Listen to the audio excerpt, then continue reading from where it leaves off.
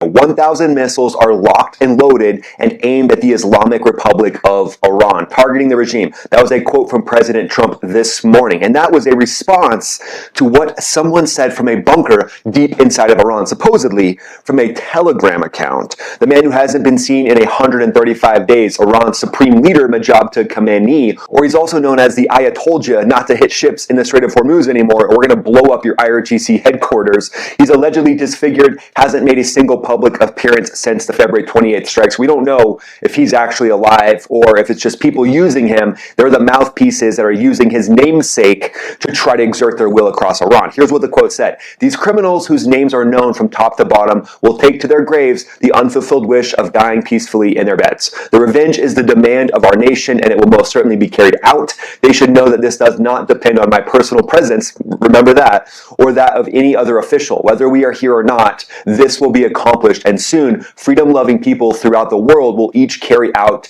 part of this divine mission. So that to me is a little hint that he's not in existence anymore. My personal presence, speaking of other officials who have gone bye-bye, so that to me sounds like the inner circle is trying to reassure the people that when they finally expose the fact that this cardboard Ayatollah doesn't exist anymore, then it won't be a big shock. Or kind of psychologically doing psyops, psychological operations on their own people to prepare them for when it comes clean that this guy doesn't exist anymore. And then he says freedom-loving people throughout the world. So he's talking about proxy armies who love destruction, who love the Ayatollah's way of doing business, slaughtering 40 to 50,000 of their own people. That's the freedom-loving people that he's talking about. He didn't name Trump in that speech, but he didn't have to, because for a week the streets of Mashhad have been packed with mourners holding banners saying, "We will KILL Trump." That's what the banners say. Crowds chanting "Death to America," and the President of the United States went on Truth Social at 9:18 p.m. last night and posted this: 1,000 missiles are locked and loaded and aimed at the Islamic Republic of Iran,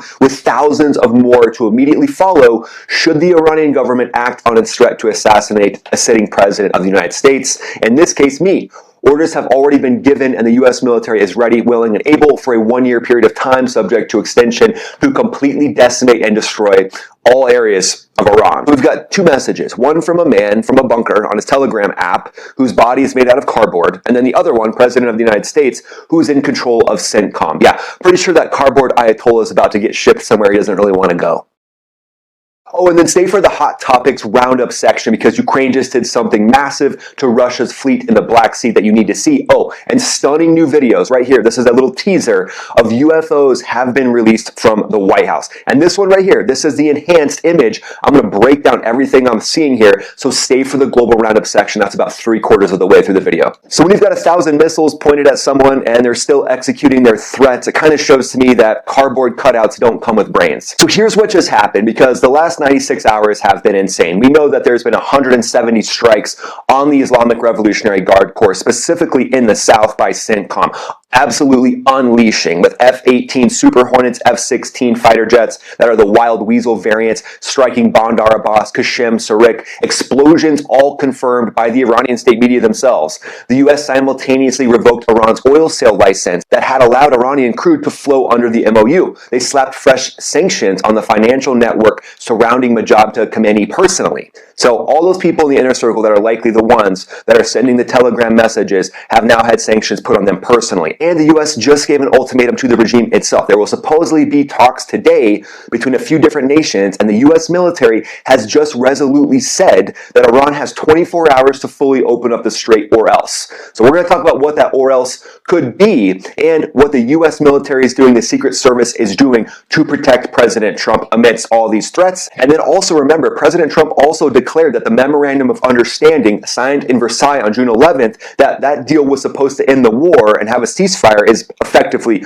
over at this point. The platforms, the targeting chains, because Iran's coastline, southern Iran, Bandar Abbas, Qashem, Sarik, some of this target imagery right here, one of the most layered air defense environments in the Middle East. Russian-built SA-20 gargoyle systems, Tor M1 SAMs, multiple radar networks, Iranian-built Bavar 373, long-range surface-to-air missiles. You don't just fly into this area and walk out willy-nilly. You have to kick the door in exactly in the right order. So enter the F-16 CJ in the suppression package. Put yourself in that cockpit. You're going in, you're looking at all your sensors, you're trying to find where the surface-to-air missiles are so that your team behind you doesn't get targeted by them. You're basically the bait. You're basically the one with massive cojones. How do these pilots even fit their cojones in their flight suits? And cojones is a general term. It could be a man or a woman, okay? It's a mindset. Then come the strike aircraft. Navy's F-18E, F-18F Super Hornets off the USS Abraham Lincoln. Confirmed operating in the Gulf right now. The Lincoln's air wing was actively loading ordnance and running drills even on Thursday as diplomatic teams worked the phones. These crews are ready to go at a moment's notice, and they've been utilized multiple times in the last week. They got the call on July 7th and on July 8th. Super Hornet is hauling GBU-38 JDAMs, AGM-84 Harpoon anti-ship missiles for coastal targets. They can also carry Joint Air-to-Surface Standoff missiles, which is a massive capability, along with the F-15E. Enter the F-15E. The strike package being loaded down with F-18s and F-15Es is a great strategy because it gives the ability for air interdiction. Air interdiction is the term of you fight your way in, so whether that's drones, whether you're trying to target ballistic missiles in the launch phase, or you're targeting maybe a sporty Iranian fighter pilot, the 2 or 3 that are left that can actually get airborne in their F-5s or their other aircraft. You have to be ready for that. You don't know what Iran's going to do. They're a very unpredictable actor, so you have to be prepared for everything, which is why the F-15E and these multi-role jets like the F-18 and the F-16 are so capable in this environment. So you fight your way in, you drop your bombs, and then you fight your way out, especially now with the F-15Es being loaded out with the APKWS rocket system. Enter the APKWS, which is about $20,000 versus a $25,000 or $30,000 Iranian drone, and you're basically making money with every shot. So think about this strike package working in coordination that would happen if 1,000 of these missiles actually go towards Iran. So we would see standoff weapons launched from submarines, launched from the carrier strike group, basically the VLS systems, the vertical launch systems. I know you acronym addicts are out there like, please, just give us one. Okay, there you go, the VLS, vertical launch system. What that does is it launches Tomahawks, SM-2s. It's very capable at striking down ballistic missiles from Iran, because remember, that's their focus, ballistic missiles. And the intelligence services are working overtime with these surface-to-air missile sites being mapped in a way that they probably haven't been before. Right now, the U.S. military, U.S. government is asking firms to not publish any information of satellite imagery in Iran itself. CNN actually was able to get their hands on some, so good job, CNN. And that video is very interesting. We're going to cover that one tomorrow. It's about the different nuclear sites that looks like Iran is rebuilding. But it's showing that Iran is trying to protect their most sensitive sites in the Strait of Hormuz. They want to protect the ports. They want to protect the fast attack craft warehouses. They want to keep their ability to threaten the Strait of Hormuz. And it looks like they're trying to move more and more surface-to-air missiles to that area. And remember, Iran is not nothing. You can't discount the enemy. But VAR 373 launchers, radar sites, command and control nodes. IRGC Navy, though, has lost more than 60 fast attack boats in the last week. We know that that happened just recently, and more could be happening as well. Also, U.S. mine clearance operations still going on in the Strait of Hormuz. And Iran's ballistic missile inventory is what they lean on. So this is likely one of the main things that would be targeted as well with the 1,000 missiles that would go into Iran. And that could just be the first wave, honestly. 1,000 missiles going in, basically the first wave, likely focusing again on their nuclear enrichment facilities. And remember, President Trump also said this: either they give us the nuclear dust, or we have very low-cost military options to ensure it remains buried underground forever. So what does that tell you? Well, we might be sending in a few more GBU-57s as a part of those 1,000 missiles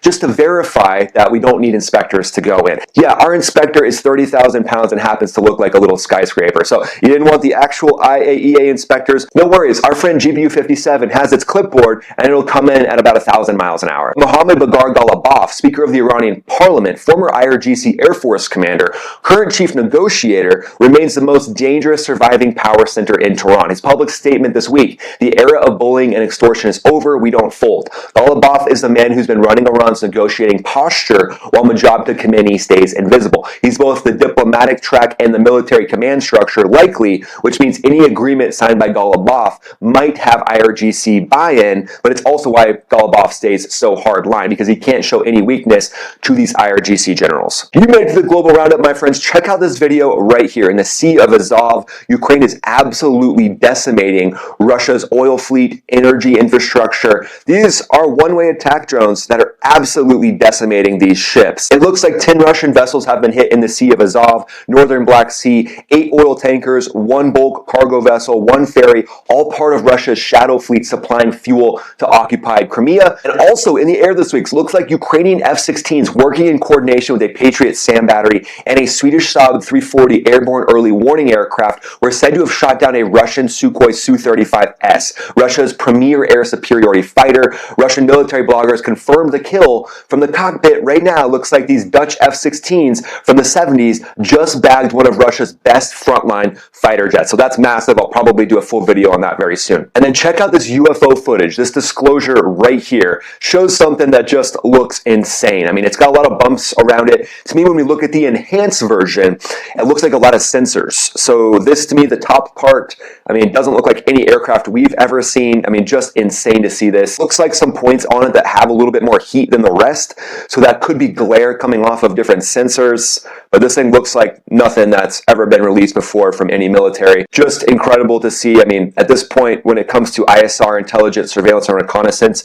are there some advanced technologies out there from, other countries, the United States, China, Russia, potentially, or is this from somewhere else? I mean, that remains to be seen, but for me, I would love to go up and dogfight this thing just to see what it could do. And that takes us to the 40 chess strategic analysis section, my friends. So here's the strategic insight that nobody in the legacy media is connecting right now, and it changes everything about how you read the Khamenei telegram message this morning. The 40 chessboard isn't about missiles and ships. It's about command authority, specifically who in Tehran is actually making the targeting decisions that keep blowing up the ceasefire. Here's what we know. Majid Khamenei hasn't been seen in public. Defense Secretary Hegseth confirmed on record that he is wounded and likely disfigured. Denied Tulsi Gabbard testified to the White House Intelligence Committee that he was very seriously wounded. U.S. officials privately told the press, "We don't think the Iranians would go through all this trouble to install a dead man as supreme leader, but at the same time, we have no proof that he is at the helm." So Iranian state media has used AI-generated videos to show him delivering messages. He didn't attend his own father's burial. He communicates exclusively through written telegram statements like the one we saw this morning. But if you look at the behavior, Iranian attack ships in the Strait of Hormuz while simultaneously negotiating through Qatar and Oman, publicly signaling they want to preserve the MOU. Yeah. But it looks like they did tell CNN privately that Iranian officials admitted the ship attacks came from an errant sect of hardliners trying to undermine negotiations. The IRGC Qatim al-Kanabi headquarters issued its own statement threatening Gulf nations that host American bases. It sounds like General Salami is getting a little handsy. Him and General Tuna seem to be going a little bit hard in the paint, going against the actual regime in Iran itself. Because right now it looks like the entity making the targeting decisions in the Strait may not be responsible to the entity signing the diplomatic agreements, which is just a massive revelation, and it kind of shows us a little bit about what's going on. Likely why the U.S. hasn't just gone full gloves off across the entire country. Hey, we didn't do that. We didn't attack those ships. That was a wild rogue agent out there operating under the helm of the IRGC, and they don't want to be held responsible for that because they know what could happen if they're actually breaking the deal that they negotiated. What do you guys think? Do you think it's an errant, wild general somewhere in the Strait of Hormuz that's making these calls, basically going off the script as someone who's more hardline than even the IRGC in Tehran? Let me know what you think in the comments below. Let me know where you think this goes.